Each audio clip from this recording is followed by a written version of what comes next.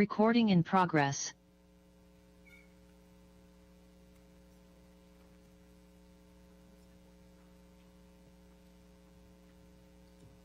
We're going to call this special public hearing today to order. Roll call: Maria Garcia. Here. Luis Gonzalez. Here. Wade McLean. Here. Greg Taylor. Here. And I'm here also. Will you please stand with me and join me in saying the Pledge of Allegiance?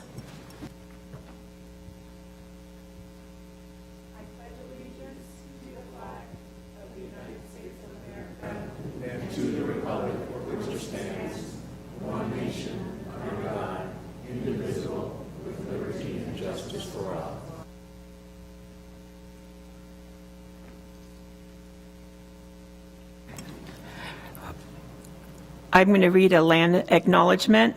We want to acknowledge that Pima Community College is on the original homelands of the Tohono O'odham people and the Pascua Yaqui, who has stewarded this land since time immemorial.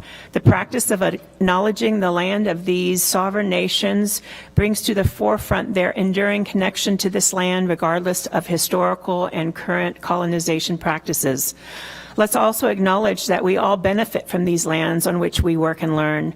We encourage each of you today to learn about the land we inhabit, the tribal communities connected to this land, and the ways in which you can contribute to restorative practices related to land and community. Moving on to section 2.1, Truth in Taxation, Notice of Tax Increase Hearing. And we're going to invite Dr. David B. forward to share with us information about the taxation notice and the tax levy.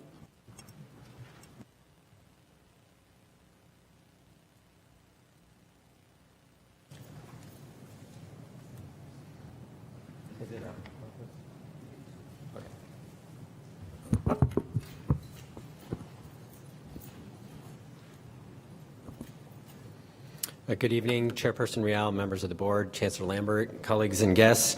It's my pleasure tonight to provide a quick overview of both the college's proposal related to our tax levy, and then a little bit later I'll be doing a quick overview and summary of the college's budget proposal. So let's start with the tax information. So as the board discussed at the May meeting, the board approved going forward with a proposal to put in front of the taxpayers to increase the tax levy by 3%. This notice that you see up on the wall is the formal notice that we have to post in the newspaper and make available to the public, and notifying them that the college intends to increase the tax rate from the levy neutral amount, which in this particular year would be going from I'll just translate it into what it says here. For a $100,000 property, the amount for levy neutral would be $124.29 for the upcoming year. And the proposal that we're putting forward tonight in front of the board is to increase that by 3%, which is for a $100,000 property, goes up to $128.02. And so I'll quickly go through what that means for the college, why it's important for us. This summarizes where we're at right now in terms of the levy. This is what the rate is for the current year, is 1.2878. Because there's an increase in overall valuation of property, even the levy neutral amount, that is the amount that all things being equal, we don't increase the tax levy, we just assume growth in new property, the rate would drop from that 1.2878 down to 1.2429. So growth in new property, so that's all the new properties that hit the tax rolls during the year, we get to assume all of that growth to support the college, and then we have the ability to go up to the tax levy maximum. Typically it's 2% per year. We're below the max, and so we're proposing the 3%, and that generates an additional about $4 million for the college. The tax rate then that we're proposing goes from last year or current year, 1.2878. It still decreases because of the valuation property increases. It decreases to 1.2802. But again, that is an effective rate increase of 3%. Again, that's really important to the college because it generates $4 million for us to put into our operating budget to support the important things that we've been talking about with the board, and then I'll summarize in a little bit. Just to give a little bit of context where our property tax rate is versus our peers, we're on the lower end of the spectrum versus the other counties with community colleges in the state. You see that Pima is right here. These are what the proposed rates are for the upcoming year. So we're on the bottom end of the spectrum in terms of the tax rate that we have for our community. And then this shows the historical trend over time and how it's stayed relatively flat. Again, that doesn't mean that there haven't been increases for people because that property values have over time gone up some. But they do decrease when valuations go up. There is a counterbalancing effect that happens. So that's a quick overview of the tax proposal.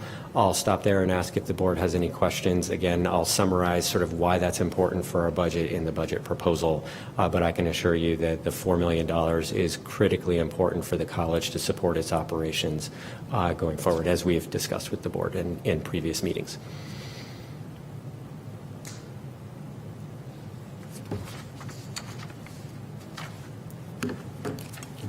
Okay, thank you.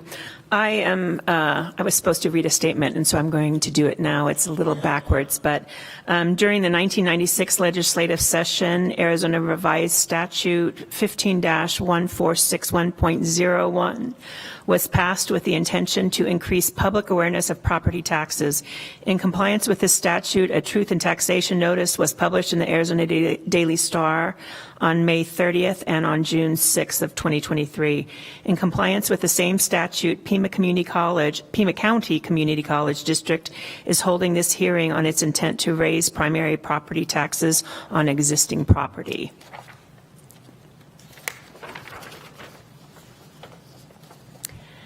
Thank you very much, Dr. B, for your presentation. And now we are going to move to the call to the public for any comments specific to this taxation issue. Is anybody here to speak on the taxation point? Okay, well then I am going to, since I don't hear anybody wanting to speak to this, I'm going to close this hearing on the public hearing on the proposed property tax increase, and we're going to move to the next hearing on our proposed college budget. At last month's meeting of the governing board, staff presented a comprehensive review of the proposed fiscal year 2023 through 2024 budget. Following discussion, the board directed that the proposed fiscal year 2023-2024 budget be formally presented for consideration by the residents and taxpayers of the Pima Community College District. This has now been accomplished in accordance with the state law by publishing the proposed budget and a notice of this evening's public hearing in the Arizona Daily Star on May 30th and June 6, 2023. The board would like to ask the administration to give a brief overview of this budget. After the presentation, the board will invite interested members of the public to ask questions and provide comment regarding the proposed budget. So once again, David B., thank you for your presentation. Good evening again. So again, to go through sort of a very high-level summary of the budget for information that you all know, but for sure for members of the community, the budget comes together during the year as a result of a series of conversations and board actions. It is not a singular event that happens come June. It is the administration has a number of conversations with the board, identifying priorities, challenges, what revenue outlook projections are, what expenditure projections look like they're going to be, to sort of put together all of the different pulls and tugs, try and put the the proverbial round peg into the square hole and make it all work. So in this particular case, when we're talking about the budget, it's always critically important to understand that the budget that we put in front of the taxpayers and that the board approves sets the overall maximums that the college can spend. The college, it doesn't require that we spend all the funds. It sets the course, and that's the maximum amounts. We can spend less, and typically do spend less during the course of the year. If there are fewer programs or services needed, we've talked with the board about contingencies that we put in place. If enrollment grows, we have to have the capacity to support those students. And then there are other contingencies that for unexpected events, things like that, that we have to put in place. In addition, the college sets these overall maxes, and in some of the cases, we can actually shift funds between one operational area to another operational area, between a capital project and another capital project, and we provide that information to the board. So we're just setting the overall maximums when we formally adopt this budget. In this particular case, we are balancing the revenues that we can expect on an annual basis for operating purposes. The board in March approved a tuition and fees increase of $3 per credit hour.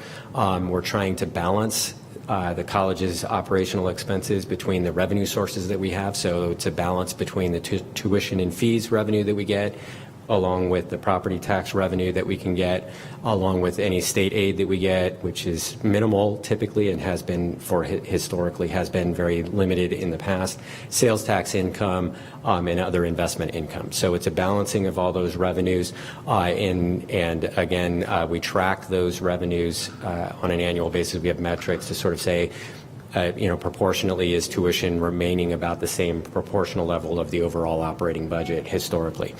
Again, just a quick and dirty on this, tuition and fees, that $3 per credit hour increase generates about $1 million of additional revenue to support our budget. The proposed increase that I just talked about for property taxes generates about $5.8 million between the growth and the 3% increase.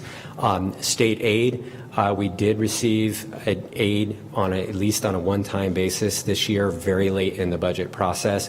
We are folding that into the budget, but we're not allocating that out. That's going to help support some of the capital projects that we have going forward. And then come next January, when we see what the starting point is for the budget, we'll get a much better idea if those state appropriations are going to be a one-time event, like we just got a good thing that happened this year, or if it's going to be folded into the regular budget, in which case we can fold it into our regular operating budget going forward.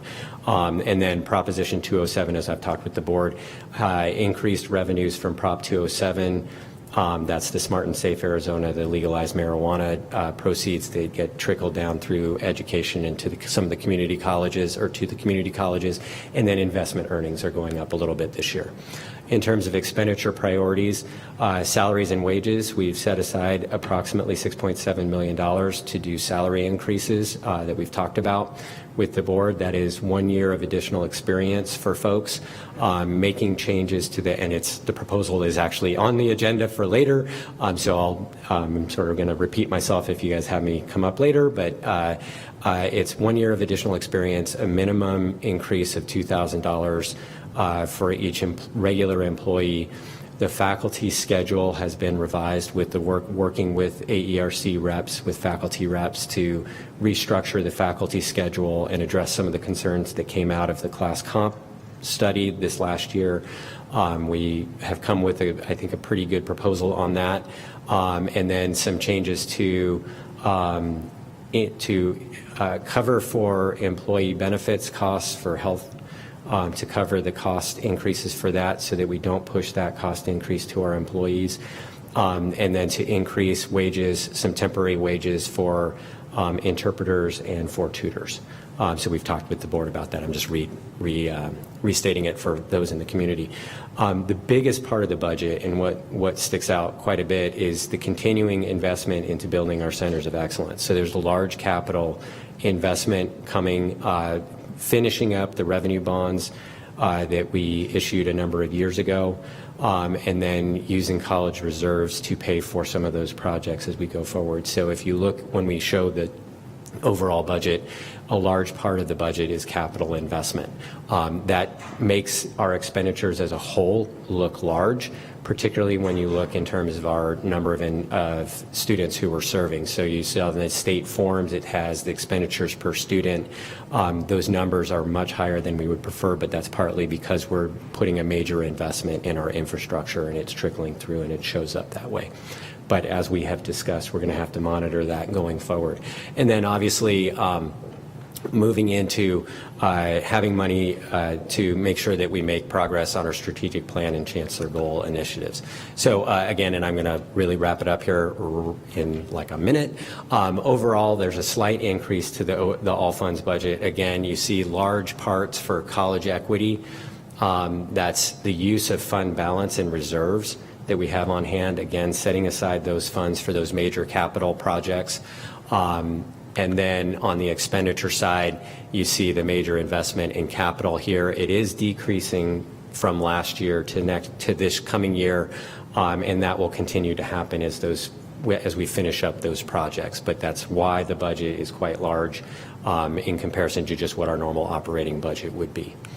And with that, I will ask the board if they have any questions and open it up.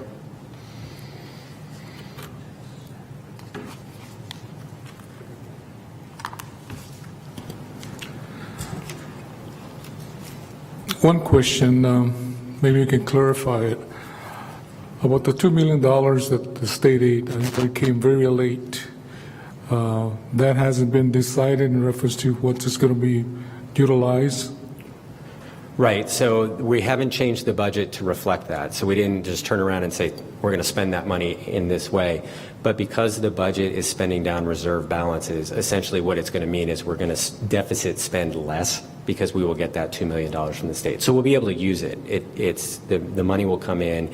It will mean that it will essentially mean that the reserves at the end of the year will be $2 million better than they otherwise would have been. Okay.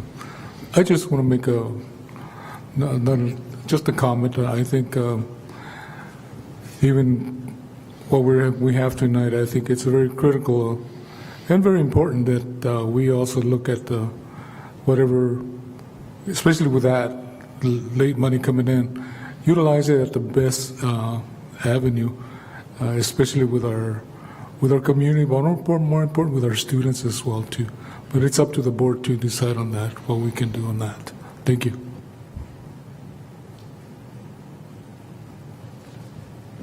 Thank you, Dr. B. Now we're going to move to the call of the audience for this section of the budget.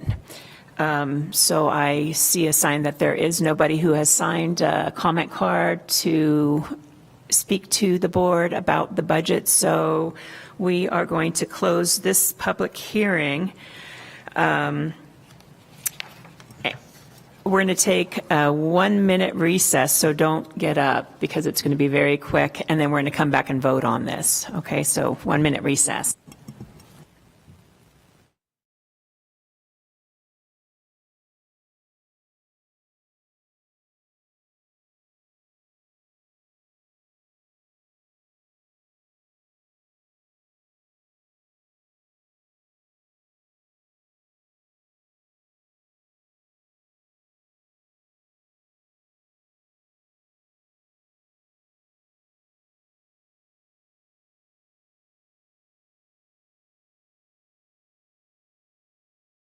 Truth and Taxation hearing.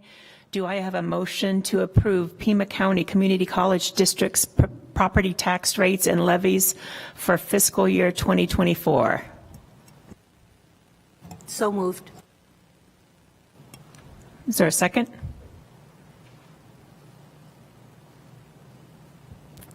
Second. Okay, we're going to do a roll call vote. Ms. Maria Garcia, Yes. Mr. Luis Gonzalez, No. Dr. Wade McLean, Yes. Mr. Greg Taylor, Yes. and Teresa Riel, yes. The vote passes 4-1.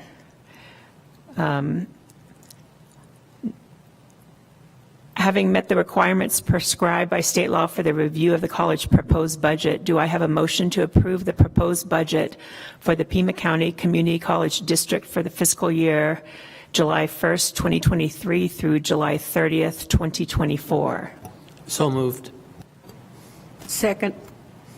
And we're going to do a roll call vote again. Ms. Maria Garcia? Yes. Mr. Luis Gonzalez? I want to make a motion. Well, Sup- right now we can't because, I'm sorry, we're in the middle of a vote. How do you vote, Mr. Gonzalez? No.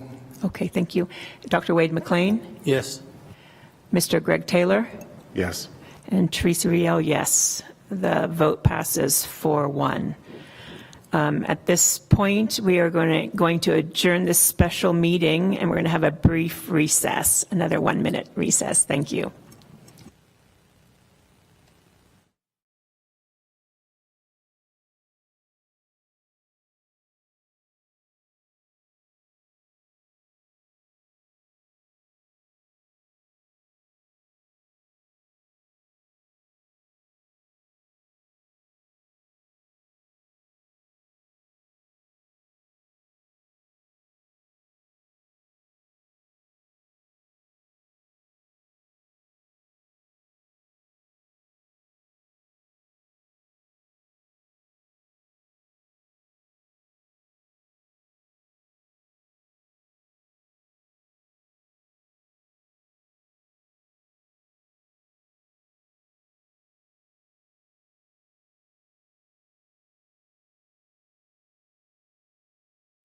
And our first order of business is the public comment call to the audience. And so, Michaela Hayes, you'll be our first speaker.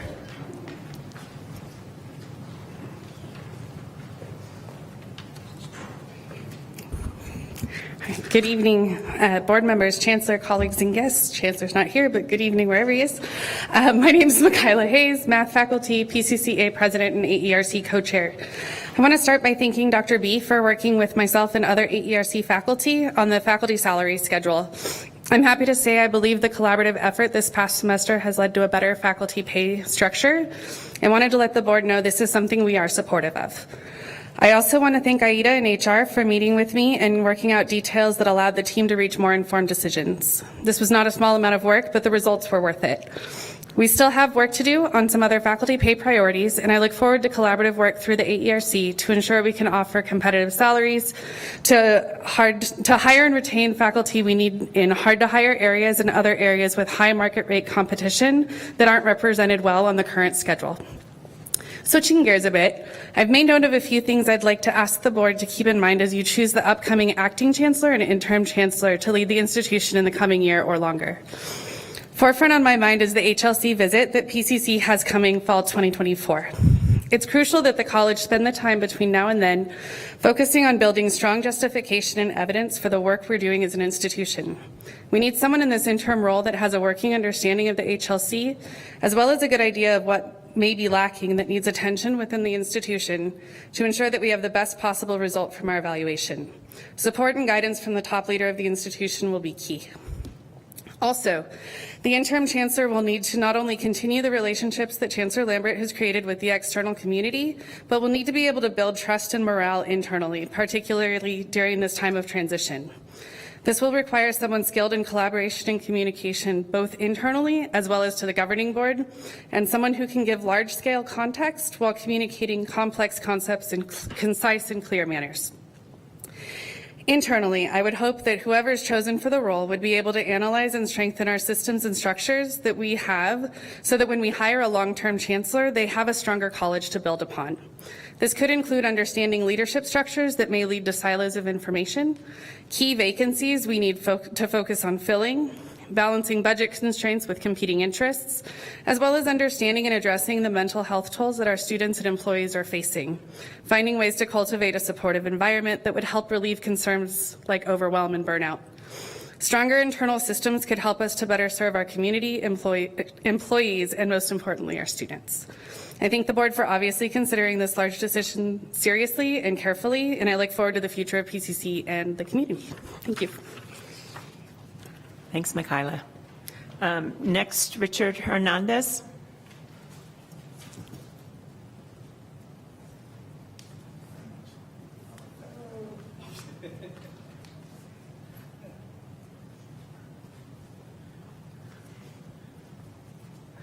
Thank you. It's nice to see everyone. For a number of years, I've been trying to talk to you elected officials about your service to Pima County residents, but that effort was stopped by Lee Lambert and his partner, Klinko. Yet, here I am. I do have some thoughts I want to share with all of you that I think are really important, but I need to remind you that you serve in a position because it's all about Pima County residents. You're not in the real estate business. You're not real estate. You're not realtors. You're not slumlords. You are here to address education in Pima County. That should be your only focus. I also want to tell you that there were many people who were gleeful and celebratory. Lee's gone. I say amen. I'm only disappointed that the board didn't do that instead of him leaving on his own. But now we have bigger challenges. You're at the crossroads where you can make a difference. Local students don't want to come to Pima anymore. I'm involved with the Sunnyside community, there's no doubt most of you know, and I'm very in touch with the Hispanic community and the LGBTQ. By the way, happy Pride. So what it comes down to is you now can make a difference, and I'm going to make a recommendation. None of our senior management or junior management have the skill set to run this institution. There is a man who was born in Tucson, Southsider, Sunnysider, well known in Pima County, and has a Harvard degree. I'm not going to pronounce his name because I didn't tell him I was going to speak to you today. But I'm directing the chair. If anybody wants my number, I'll be glad to meet with you and tell you who that is. We need to work on enrollment. We need to provide the classes that our students in Pima County want. When you provide what they want, they will come back to this school. This is their college. This is my college. I went to school here in the 70s. I joke, when I had hair. You are at a very pivotal point now. And what you do is really important. You're running a college, a community college. I know you're under a lot of pressure from politicos, the political correct people to do things, but you're here to serve the students. Your only focus is Pima County students, Pima County taxpayers. You just raise their taxes, my taxes. So you can do a good job, and I trust that you will try to do a good job. But leadership is the key, and it's not folks you have now. I wish you well, and to you, Chairwoman, which I've never told you in public, and I want to do it now, congratulations, and feel free to share my number. I think I know most of the board members. The community knows who I am. Thank you. Thank you, Richard. Our next speaker is Wafta Moscoso. Chufe Moscoso. By the third time that you speak before us, I will have it down perfectly. That would be great. Thank you so much. Don't worry, you did a really good job. Thank you. Good evening, board chair, board members, chancellor in absence, board representatives, colleagues, and guests.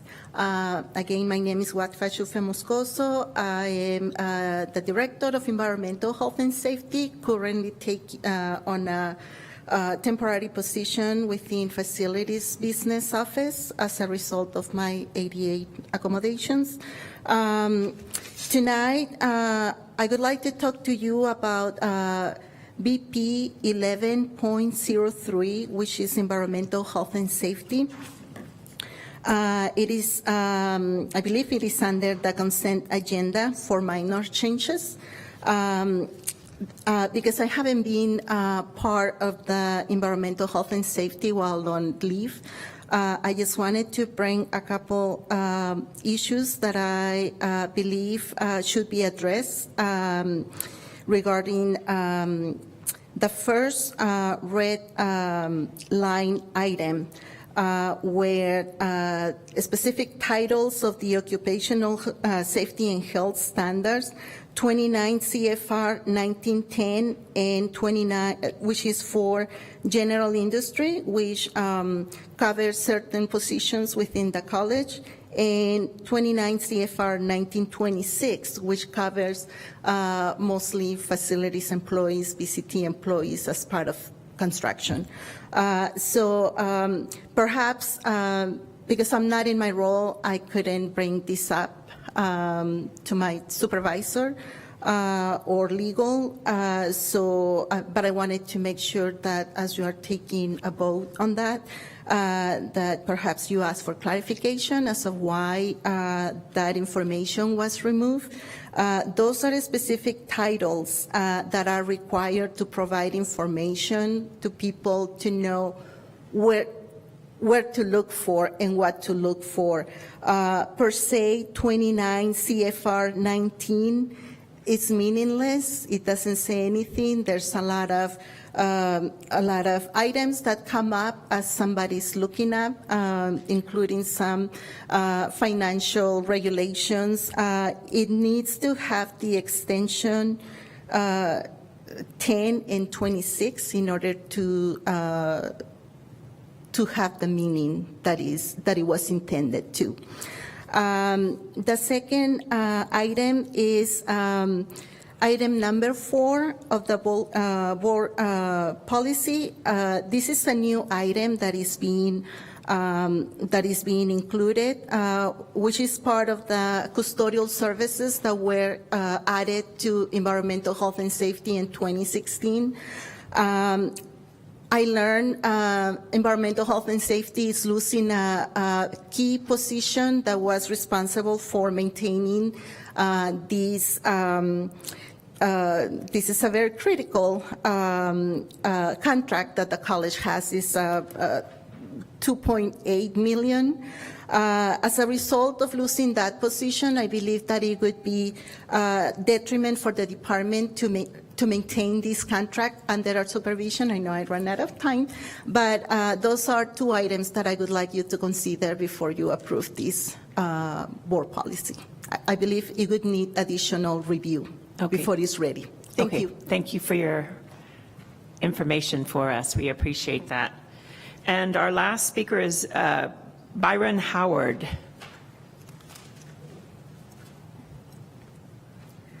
Yes, good evening. My name is Byron Howard, and I want to first say, when I know the first board members of Pima Community College, you know you're either old or you know too much. So, and I want to take a privilege to say hello to Dr. McLean. He helped Marana School District to a standard that even today businesses want to come because the students in Marana School District meet the standard for our future. And they want to go to Pima Community College, they want to go to ASU, they want to go to U of A. I also want to take additional privilege to say today is Flag Day, and you mentioned salute to the American flag. We have all the flags here that represent the great Pueblo. Pima County, Tucson was a city before it was even a state. So it's a lot of history. And last comment, taken into my minutes, but everybody knows Sunnyside. Nobody wants to play them in wrestling, period. They have owned the state of Arizona and maybe every adjoining state as well in wrestling. They need an entire district for all the trophies. So salute to them. And I want to talk about I want to get to the bottom line, saving the buildings on Drackman. They have run down to disarray in this particular period as we know it today. And I would hope that no legitimate decision has been made. I look at the May 28th Arizona Daily Star front page by Kayla Palmer, and then June 2nd by Richard Shana Osherin, who owns the downtown revitalization of the Cup and the old Hotel Congress, and then finally Tim Steller's column on June 4th. Just some of the comments that are being made for consideration. Doesn't make their position right or wrong, but it stimulates thought pattern for everybody. We save the mountains, we save the desert, we save water, we save buildings. I hope we save buildings. We only have a couple buildings that we've saved in the community. There's many more that need to be saved. We need to find ways to save it. Drachman used to be the destination resort in the 40s and the 50s and early 60s. I don't know the total history, but I do know at one time they were a place where people from New York, New Jersey, and Vermont, and Chicago, they came down here to enjoy the Southwest. And, you know, we need to find a way. Do I have the answer now? No, I don't think I need to. But, you know, take a look at, you preserve everybody that's been in the office at PCC, that's good. And you go down to City Hall and they preserve all the ones that are down there that have been mayors. How about the leaders in the environment and leaders in water, the leaders in the commerce? There's many elements in the community that make this entire community worthwhile. And you know what? We can make everybody proud. May you be from the south, east, north, or west. And since I've been passed, I get boos and hoorays. I built over 10,000 home sites as president of U.S. Home in town. And then when I wouldn't go to Houston, I said I'm a Tucsonan. And, you know, I just believe that we need to save the buildings as best we can. I'll be happy to help. There's people much smarter than I am. I think of people like Ken Scoville, and there's many others who have dedicated their life in preservation, and count on them. But, you know, talk about the history of baseball in northern Mexico and southern Arizona, or birth of the mariachi music, including the artists and what's going on. I mean, it's incredible. We are rich in history. Let's not bury it, please. Let's find out. Let's find a way. And believe it or not, that street is very, very important to a lot of people. Thank you, Mr. Howard. Your time's up. Well, thank you very much. Thanks for listening to me. Yeah, we Dr. appreciate your Gutsin, comments. Thank you. You bet. Be constructive. Thank you. Okay, now we're going to move on to board member comments. Mr. Gonzalez, would you like to go first? Just any comments you have.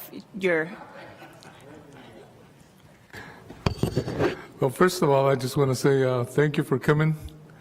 And I'm really happy all of you guys are here. But more important, I just want to say, the gentleman that just spoke in reference to the Flag Day, I'm a proud member of the Pasquayaki tribe, and one of our flags is up here. And also the O'odham tribe, too. I do have grandchildren that are O'odham, too, so both flags represent my family as well. I'm very proud of that, too. What I just want to say is that I know that there's a lot of stuff that can be done and will be done through PCC. I know that summer programs are heading out there strong, and we're looking forward to the fall. But more important, I just want to elaborate in reference to our graduation that we had several weeks ago. I think it was a super event compared to what we had at the open field. I think it was more on a one-to-one basis now that COVID has leaned off a little bit. But I think that those amazing students have done a lot and will continue to do a lot. It's unfortunate.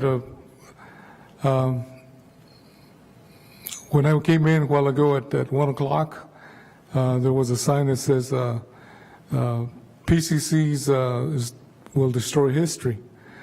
I don't think this board has made a decision yet, so I don't think that's fair. But I do want to say is PCC will not destroy history, but PCC will educate future leaders of tomorrow. And I think that's one of the areas that we're all here committed in reference to students, staff, faculty, providing the best that we can for all students, all the students in various districts that we have, 1, 2 through 5, which I represent 5. But I just want to say thank you for everybody being here tonight, especially in the virtual world out there too. And that's basically what I was going to say. There's a lot to do and there's a lot of work. It's kind of sad that we're going to be losing our chancellor, but he, I do want to say it public, I agree. I do wish him all the best in reference to his transition out. But more important, I think we have staff and the community and the team to make it work as well too. So that's one of the things that's in progress right now. Then I think that we'll survive. I think after 50 years of Pima being here, another year we'll survive, and we'll continue to survive in providing the best services to all students, especially the local students here as well too. Thank you. Thank you, Luis. Greg Taylor? Sure, thank you. And I want to join Board Member Gonzalez in just wishing Chancellor Lambert well. You know, what you've been able to do here at Pima in terms of setting us up in a position where we have increased and cutting edge and state-of-the-art programming that allows people to get connected with local employers where they can have high-quality employees and then also be paid a family living wage to really support themselves in this community is transformative. And so it's a loss to us. But you know, I wish you the best. You know, I hope things go well in Silicon Valley at Foothills de Anza, but you'll have big shoes to fill. So thank you for the work that you did. Also, in terms of the budget and all of that, you know, I did vote for the student tuition increase, and I voted for the tax levy increase. But I do want to make it clear, you know, we started this conversation at our board retreat, but I really don't feel like the college has ever fully come around to addressing the expense side of that equation in a way that honestly looks at where we are with enrollment. And you know, we've had a significant enrollment decrease over the years. We're starting to see that tick back up, but it's not ticking up at a rapid pace. And I just wanted to, you know, I know that a lot of people reach out to me about, you know, these particular issues, but I didn't think it was appropriate as a new board member 6 months in, as I was still sort of learning the ins and outs of this, to have an expectation that the college was going to do something significant. But you know, a year from now, when we're doing these votes again, you know, please know that it's certainly my expectation that the college is going to do something significant on the expense side of that equation to put us on a track for better financial sustainability, where we're not relying ever increasingly on more and more on the shoulders of Pima County taxpayers and our students and their families when we're serving significantly fewer students than we were serving before. And inflation is a thing, costs go up, but this can't be just an eternal process. We have to address both sides of that equation, and I certainly hope we'll do in the next year a meaningful effort to do that, because that's the only way that you'd have my vote again for increasing student tuition or increasing a tax levy, is if we do something meaningful and realistic on the expense side of the equation. That's it for me. Thank you. Thank you, Greg. Ms. Maria Garcia? Well, first of all, I want to welcome everyone, and I just want to say, you know, thank you, Chancellor Lambert, for the Centers of Excellence buildings, your leadership, and your leadership with the business community was outstanding. Again, I wish you the best, and I know that you've left a legacy as far as what our students are going to be able to get from the Centers of Excellence. But again, it's enrollment. Everything is about enrollment. So, you know, I hope it pays for itself.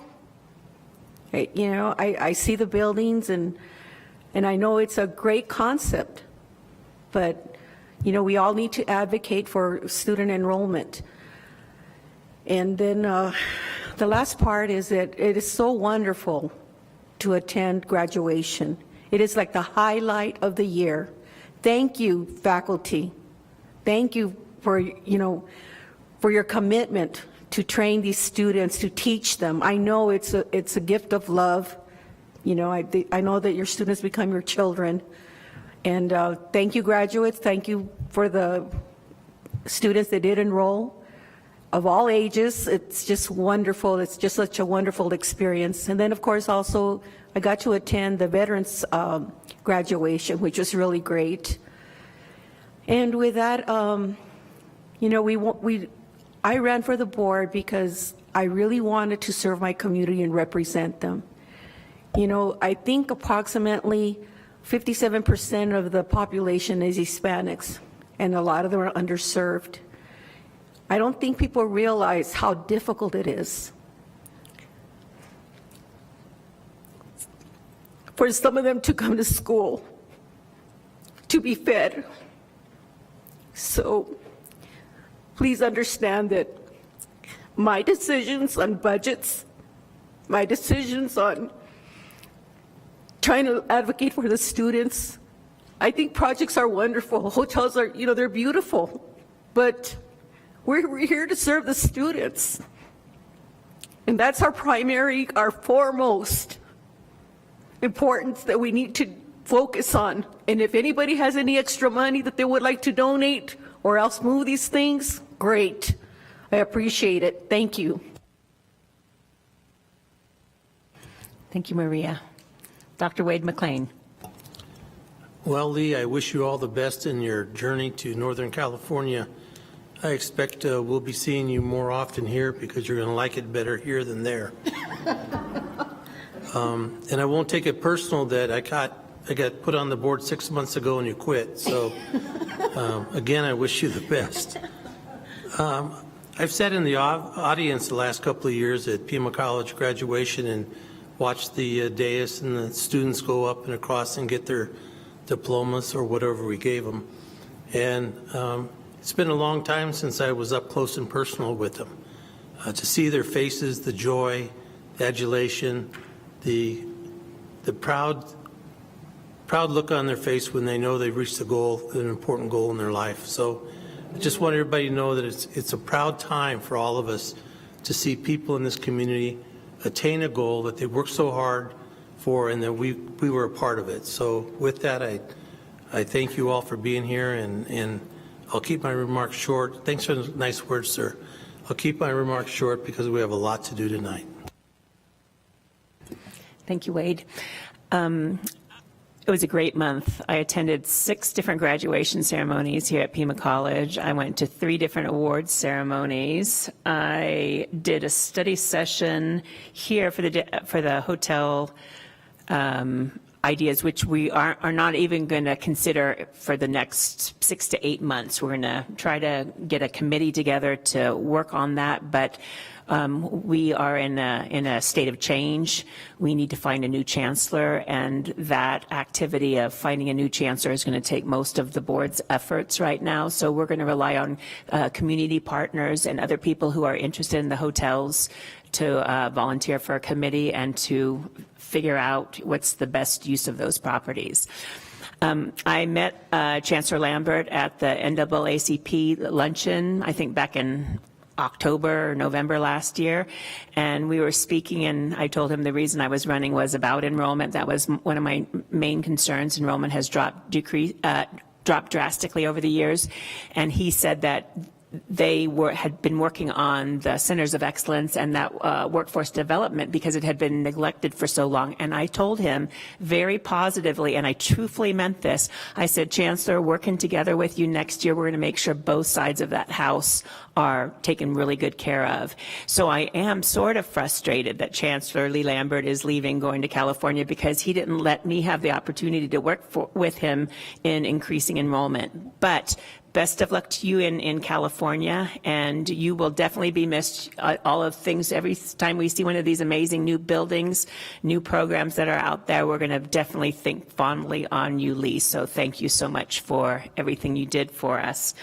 The last thing I would like to say is that this is not an easy job, and there are people who complain to us that we did the wrong thing, that we did the right thing. We are trying our best, and so remember, when you give us suggestions and advice, be gentle with us, tell us what you know so we can learn from you, but be gentle because it's a hard job if all we hear is the negative. And I know that some of my fellow board members get a lot more of that than I do. People don't really call me very much. And but I just do want to say thank you for sharing your information, your knowledge with us, but realize we are doing our best to serve the students of Pima County, and then, of course, to serve this amazing institution and all the people who work here. So thank you very much for being here. And now moving on to you, Chancellor Lambert.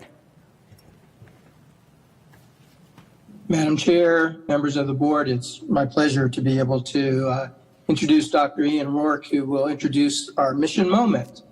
Dr. Rourke. Thank you, Chancellor Lambert.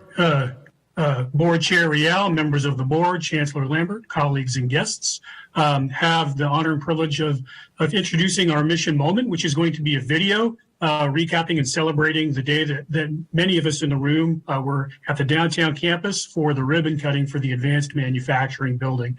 Just would like to thank Chancellor Lambert, Greg Wilson, Dolores Duran-Serra, and Phil Burdick, and so many others and their teams that really worked over the years to go from concept to launching the building. The move is already occurring for over the summer, and there already are additional classes being scheduled, even though a lot of focus right now with faculty and staff are dedicated to moving into the building. For example, we have an apprenticeship training program and contract training going on right now with Raytheon. We will have CAD classes for open enrollment and machine technology happening all at the same time in the new facility as the move is continuing forward. We are also going to be hosting the SciTech event this summer for the ACES STEM Camp for Girls and a welding workshop as part of the Arizona CTE conference for secondary educators from all across Arizona. And with that, I turn it over to Phil and his team for the video.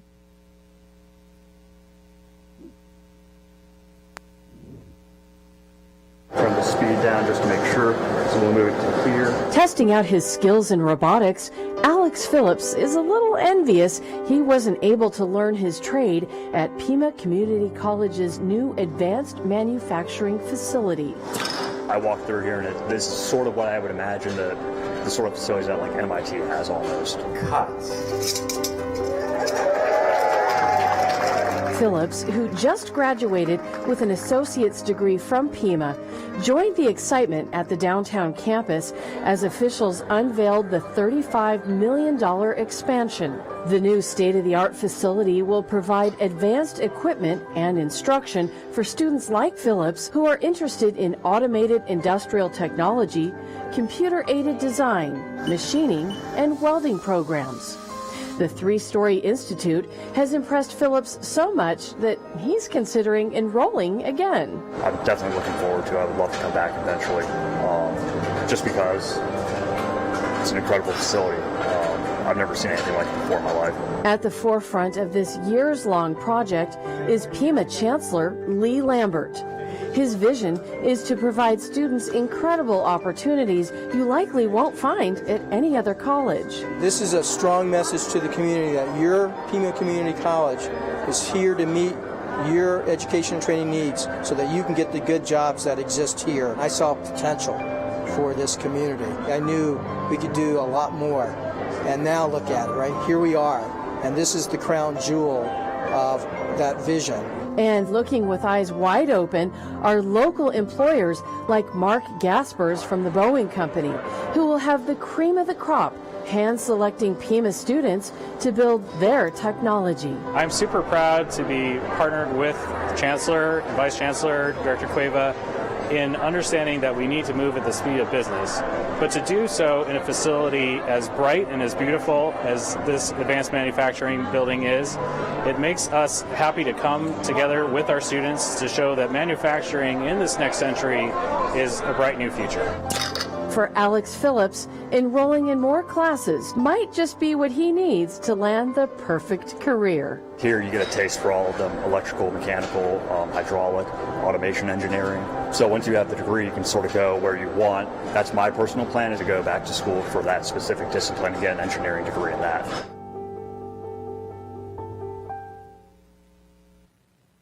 Great. Thank you very much, crew, for running the video. And with that, turn it back over to you, Board Chair Rial. Thank you. Thank you. That was an impressive day, that ribbon cutting ceremony. If you haven't been to the Advanced Manufacturing Building, definitely walk by and see what kind of class you want to take next semester, because we love that enrollment. So thank you. Now we're going to move on to our reports. The first one from Jim Craig. Is that correct? Let me see where I am. Actually, Wendy Weeks, Higher Learning Commission. Sorry about that. Thank you. Good evening, Chair Rial, Board, colleagues and guests. Thank you for having me. Just real quick, let's see, we didn't pop up on the screen here.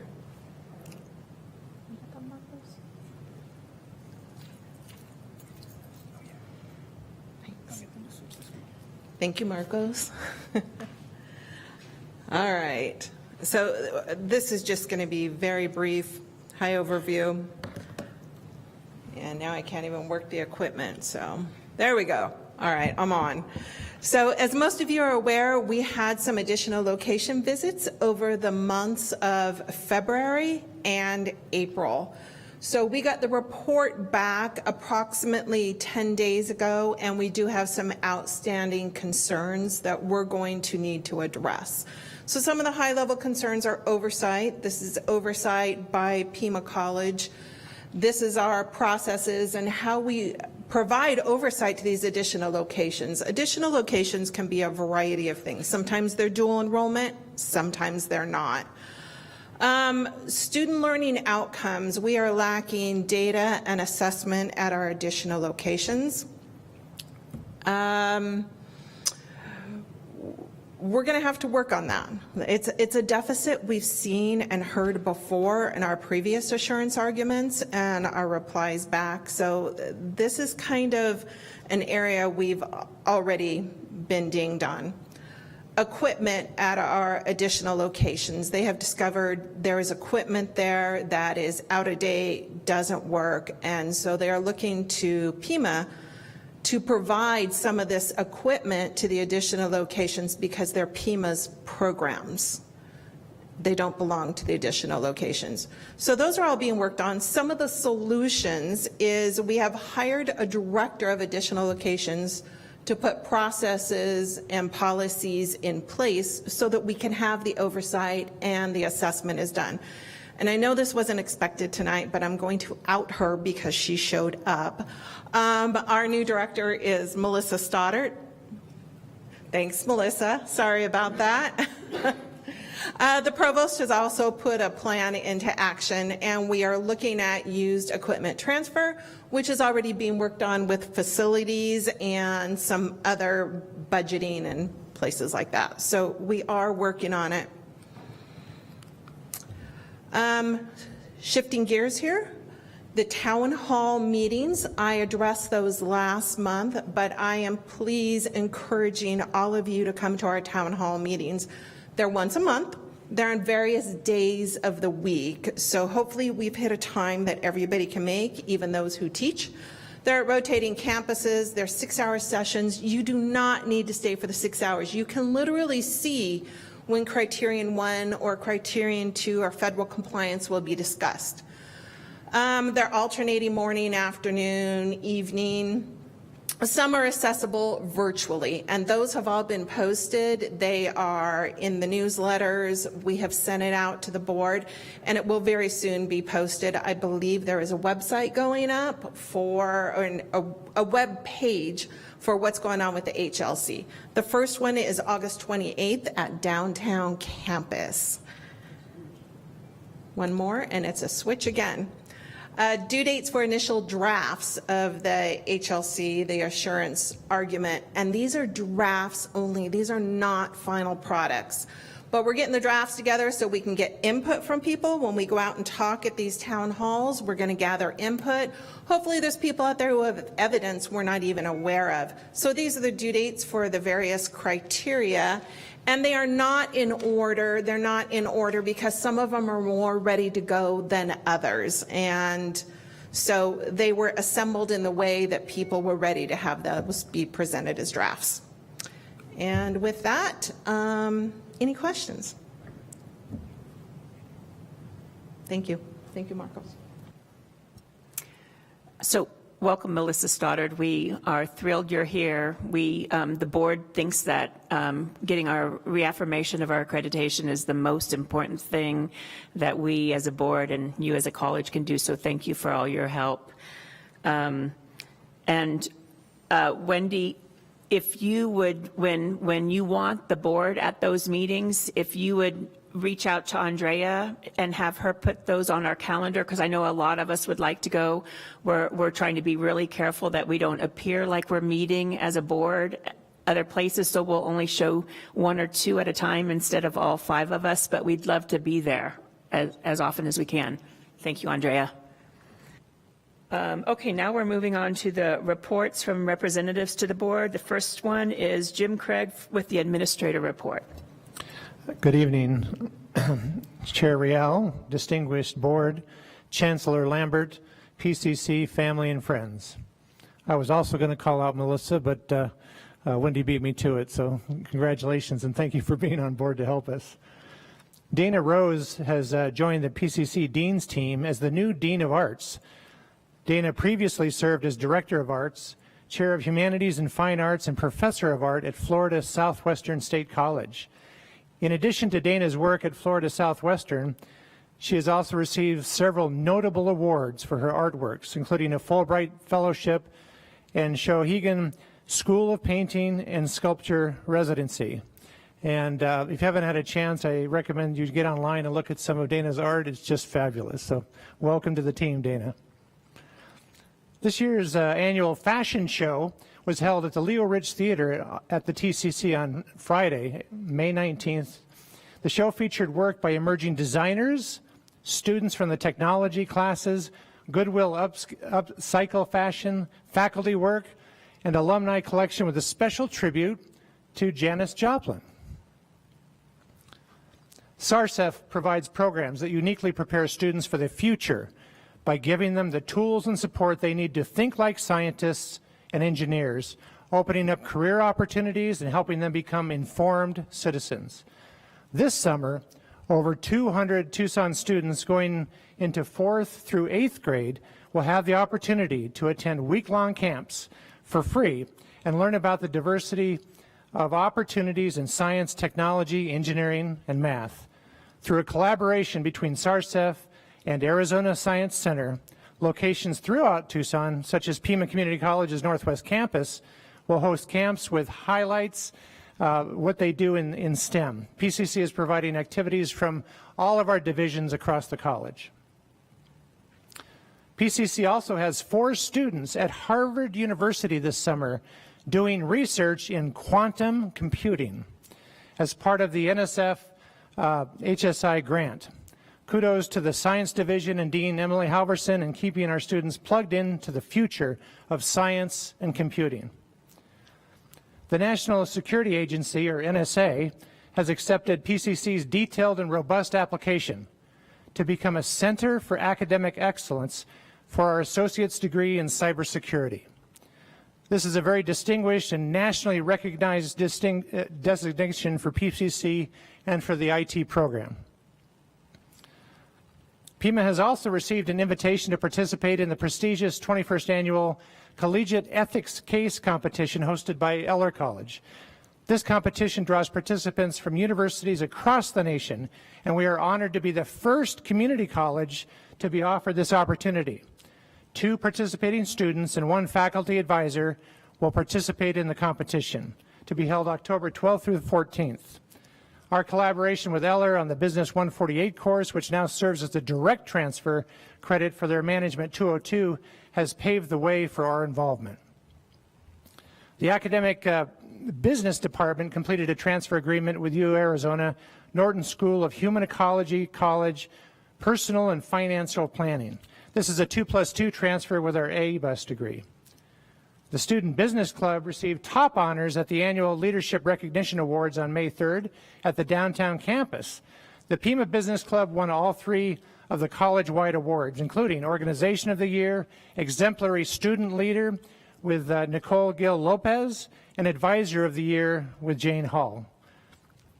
The second Pell Chance for prison inmate students, the Basic Business Certificate Program, this began in the spring of 2023 in the second 8-week session, and the first business class, Business 100, was successfully completed by those students. The Math Division continues to innovate and move the needle forward for teaching and learning. 21 faculty participated in a learning community that engaged them in participatory action research to process their own practices. The focuses of the groups were observations, assessments, the advising process, and where students turn to get help. Each group engaged in inquiry activities, including getting feedback from students via surveys, focus groups, and interviews.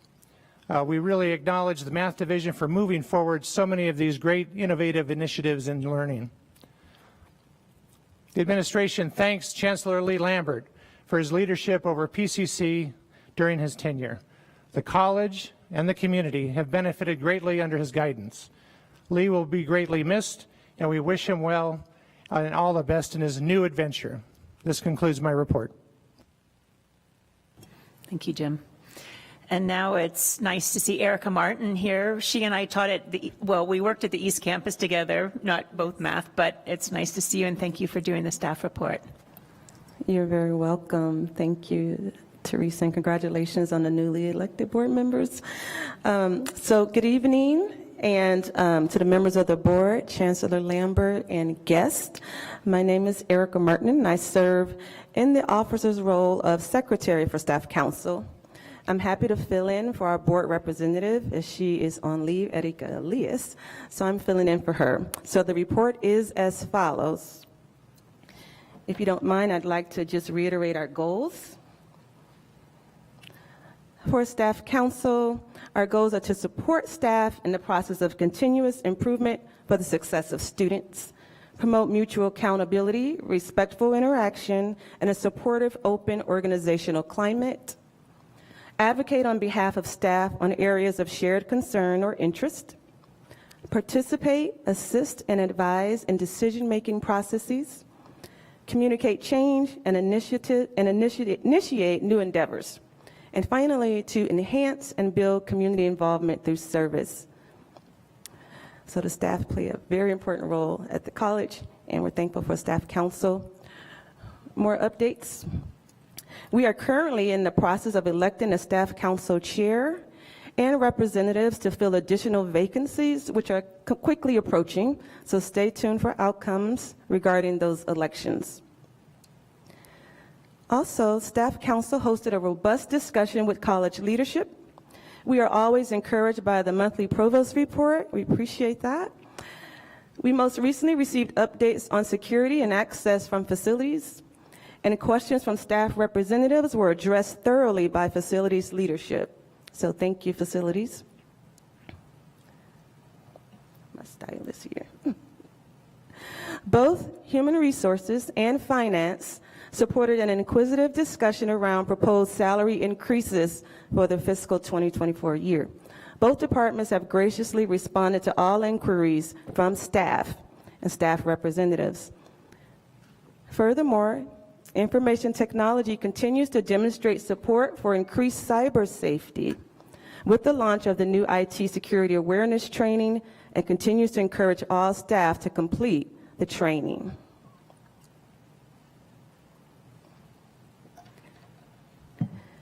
And career services staff have filled the month of June with career readiness virtual workshops, with everything from resume, cover letter writing, to interviewing 101, to creating your elevator pitch.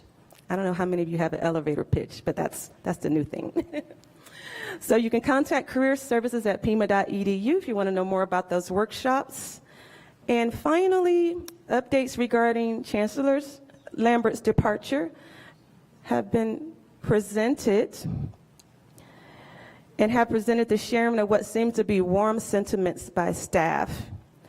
And so we are very thankful, and we want to say to Chancellor Lambert that we thank you for your work here at Pima Community College and for your leadership. And we also showed interest in celebrating his work. So maybe there'll be an opportunity for that. And that is my report. Thank you, Erica. And now, Chancellor Lambert, we're ready for your Chancellor's report. Yes. Well, thank you, Madam Chair, and I'm sorry you cannot be there in person. As you know, we have been featured in a book that Harvard has published as part of their work project on the workforce, and the book's titled America's Hidden Economic Engines, where it's talking about 5 community colleges as exemplars for the rest of the nation to really take note of. And so they've asked me to present here at the Horizons Conference, and it just happens to coincide with our final board meeting of the year. So that's why I'm not there in person, but available by Zoom. I just want to thank everybody for your kind messages, board members, employees, the faculty, staff, the administration, and the community. It has been my honor and pleasure to have been your chancellor for the past 10 years. And I hope that I've left the place better than what it was when I arrived. I know the next chancellor will take it even a better place than where it currently is. Also, just wanted to share we had some success in Phoenix. The legislature passed 2 important bills that will impact community colleges. Senate Bill 1013, which has in part about reducing the penalty for community colleges that exceed the expenditure limit. Fortunately for Pima, we're not in threat of expenditure limit issue. And just so everybody's awareness, the expenditure limit is being triggered at many of the districts because enrollment has been strained at all of our colleges for the better part of 10 years now. So this is a macro force that is making it very challenging for all of us in that regard. But Pima's been doing our part to step up to address the enrollment challenges. We have not cracked the nut, if you will, but we have been certainly focused and trying to do what we can to stem the tide in that area. But for the pandemic, we had reached a point where we had plateaued, and we're in a good place until the pandemic hit. Also, Senate Bill 1400, that's the non-credit workforce bill, that Pima really was the champion for getting this across the finish line, and it will make a huge difference, I believe, over the years. And it will make a difference if the governor will sign it, and I hope she will. I had a chance to meet with the governor last week as part of being part of Sun Corridors, Chairman Circle, and on the executive committee. And I brought up this bill specifically with the governor, and her Southern Arizona director, Marisol Flores Aguirre, made note of that, and Libby has reached out to her to just provide additional background information. So we hope the governor will sign both bills. And if she does that, that will make a big difference for all of us. Again, I just want to say thank you to everybody. And I'll just stop because I don't want to get too emotional. So thank you, thank you, thank you. Back to you, Madam Chair. Thank you, Chancellor Lambert. You will definitely be missed, and you're always welcome to come back and visit. Okay, we're moving on now to the information items. 1 through 9 are financial reports, Finance and Audit Committee report, employment information, adjunct faculty hiring, updates for unclassified rates of pay for temporary employment, the Jorgensen Brooks groups at the EPA services for employees, Lure Marks student insurance for international student health insurance, and then 9.9 and 9.10 an administrative procedure change and board policy changes. And so now we are moving on to item 10, the consent agenda. I move to pass the consent agenda. Is there a second? Second. All in favor to pass the consent is there any discussion? Wait a minute. Hold on. Sorry.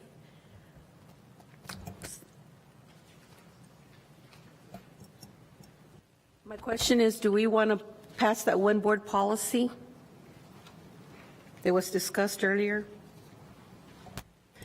That's 10.31, the BP 11.03. Yes. We should table that? So you're moving to pull that from the consent agenda? Yes. Making that amendment, is there a second to pull that one item? 1031. Okay, so voting on, Point of order, I think we had our motion on the floor already, so we'd have to pass. I thought she was amending your motion. She was amending my motion? Can she do that to instead of passing the whole thing? No? Am I messing up? I don't think so. Am I messing up? Madam Chair? Yes. If it's okay, I'd ask Jeff to weigh in on, just to clarify. Yeah, he was coming up. Thank you. Okay, great. Thank you. Thanks, Jeff. Yeah, of course. So if I might suggest, I think the easiest way normally in the practice that's been followed is that if a board member wants an item pulled from the consent agenda, historically they've expressed that and it just gets pulled from the consent agenda, and then so there's sort of an automatic amendment to the motion, which is, and sometimes the board chair just restates it so that it's clear. So in this case, for example, it would be we're going to move the consent agenda minus item 10.34, and then you just decide whether you want to deal with that at the beginning of the regular action items or wherever you want to in that sequence. But normally it's kind of been a courtesy extended to all board members that if they want a motion, an item pulled from the consent agenda, we don't really go through all the normal motion formalities. We just allow that to happen so that whatever the issue is can be addressed. Does that perfect make sense? Yes. Okay. Great, thank you. So I'm going to restate the motion then to pass the consent agenda except for pulling part of 10.31 board policy minor updates. We're going to pull the board policy 11.03, the environmental health and safety issue that WAFTA brought up to us. Okay, so we're going to call for a vote. All in favor of passing the consent agenda minus board policy 11.03? Aye. Aye. Aye. Motion passes, and we're going to move that to the front of the action items, which is right now. So Maria, do you have a motion to table that until our next meeting where we can? Yes, Go I ahead. do. I think we need to have more information. Wait, here we go. Thanks, Jeff. Fine. What I was going to say is actually David Parker and I can actually answer those questions really easily. That's not very good grammar. We can answer those questions pretty easily, and then you could decide whether you have enough information, or if you would like more, then absolutely you could table and move it. But if you're okay with that, I would rather just wait until we have some time to figure it out as a board. Okay. So is that a motion to table? Yes. Okay, thank you. I'll call for a vote since it's a motion to table. All in favor? Aye. Aye. Any opposed? Nay. Okay, four for the motion of tabling and one against. Now moving on to action item 11.1, fiscal year employee salaries and wages. Is there a motion? Is there anything, Dr. B, that you want to talk to us about that we haven't already heard? It is the same as what you've already heard. Okay. Yeah. I think the one really amazing thing is thank you, Dr. B and AERC for working together to make a good compensation plan for employees even better. So thank you for doing all of that, all of you who are involved in that activity. We definitely appreciate that. Is there? Yeah, I move to approve employee salary and wage rates for fiscal year 2024. Second. Any discussion? Hearing no discussion. We're talking about the fiscal year 2023 employee salaries and wages. Sorry. Yeah, mine says 23, but you're right. It most likely is 23-24. 23-24. Or 24. 24? Okay. Okay. Okay, all in favor say aye. Aye. Any opposed? Motion passes.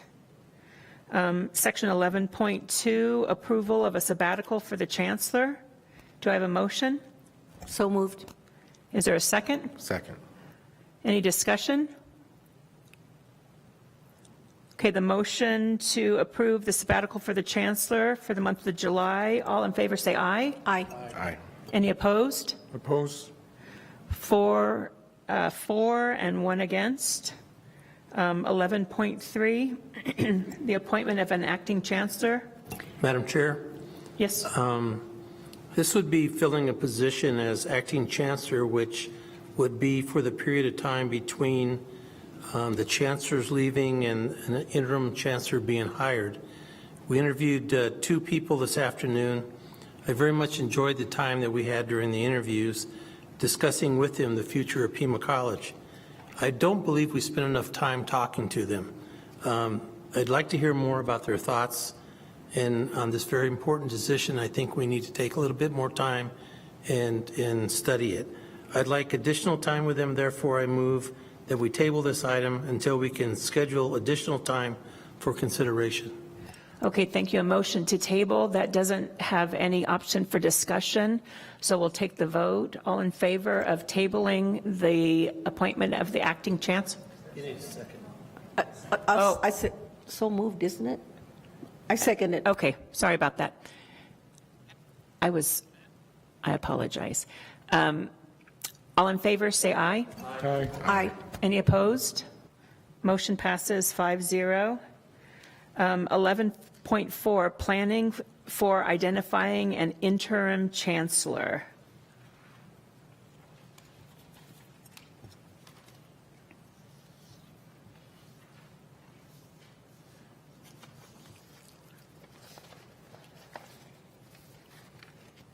Madam Chair, I move that the board commence a process for the selection of an interim chancellor that includes the following elements: appoint an advisory committee to assist with the search process, select an executive search firm, include opportunities for college and broader community input, and further that the college proceed to identify qualified executive search firms and potential members for an advisory committee to assist with the search process.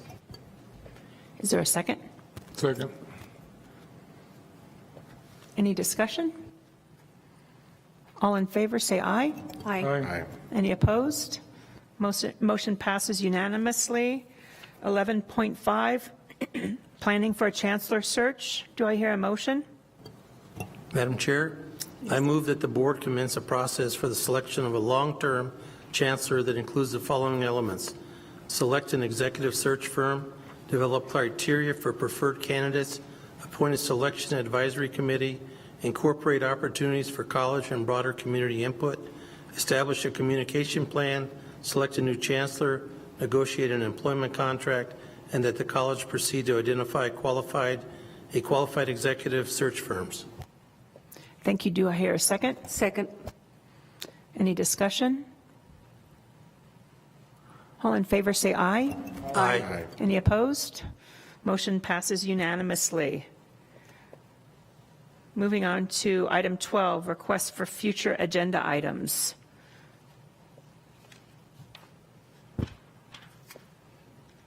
Madam Chair, I'd recommend we schedule an additional meeting to talk to potential, what kind of chancellor? Am I thinking? Acting chancellor candidates at some point in the near future. Don't need a motion. And we need to schedule that sometime before the 30th, preferably sooner than later, if that works with everybody's schedules. Okay, thank you. Anything else? Okay, thank you all for being here. We're going to adjourn this meeting. Recordings.